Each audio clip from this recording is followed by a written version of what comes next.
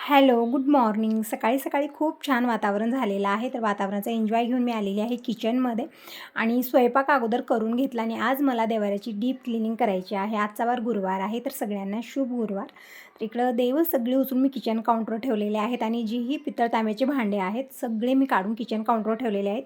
साईबाबांची मूर्ती, कळशाचा तांब्या, उतरंडीचे तांबे सगळं काढून देवारा पूर्णपणे रिकामा करून घेतला आणि इकडं भांडे क्लीन करायचं लिक्विड घेतलेलं आहे. म्हणजे खूप छान आहे. चिकटपणा वगैरे सगळा निघून गेला आणि मार्बलला जे डाग पडलेले होते ते असे जात नाहीत, खूप सक्त असतात, पण यानं पूर्ण डाग गेलेले आहेत. छान मी घासून घेतलं, ओल्या कपड्यानं पूर्ण देवारा पुसून घेतला. बघू शकता मार्बलचा देवारा खूप छान दिसत आहे, एकदम नव्यासारखा चमकत आहे.